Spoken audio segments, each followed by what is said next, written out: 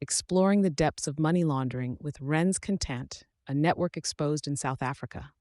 The Hat Laundry series by Amma Bungane has unearthed startling revelations about RENS Kontant in Transito, a cash-in-transit entity depicted as a shadow bank allegedly involved in laundering sizable amounts of money linked to state capture schemes in South Africa.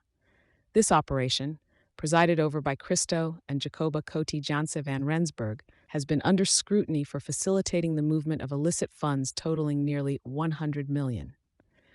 While RENS Kontant's attorneys maintained that the entity's operations were legally compliant, claiming it never willfully or knowingly engaged in any illegal or nefarious conduct, ongoing investigations point towards intricate money movements possibly intended for laundering.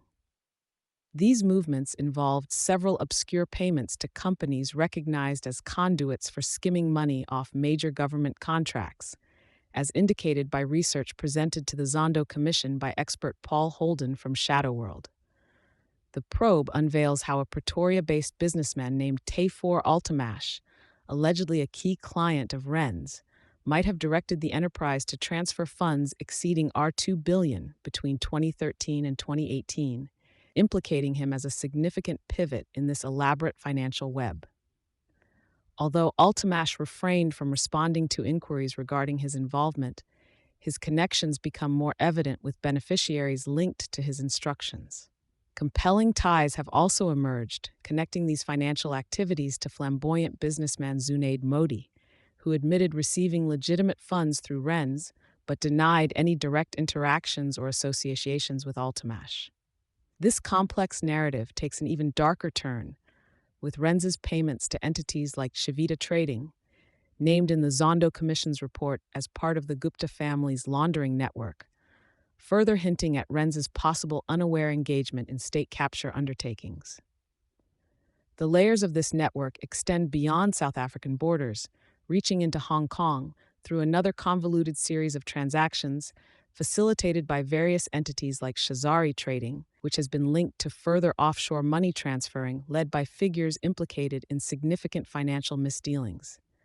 These include shell companies controlled by Durban businessman Ashok Rajwani, who appears to facilitate extensive financial transactions through his connections in Hong Kong. At its core, the unfolding story around RENS Kontant sketches a vivid picture of a shadowy financial underworld operating with significant impunity, leveraging both local and international networks. This raises urgent questions about the oversight and enforcement capabilities of South African financial authorities and calls for rigorous international cooperation to dismantle such networks. As this series progresses, each revelation not only highlights systemic vulnerabilities, but also underscores the critical need for stringent regulatory frameworks to curb the rampant misuse of financial systems, which continues to hamper economic progress and governance integrity in South Africa and beyond. Thank you for choosing Satori News.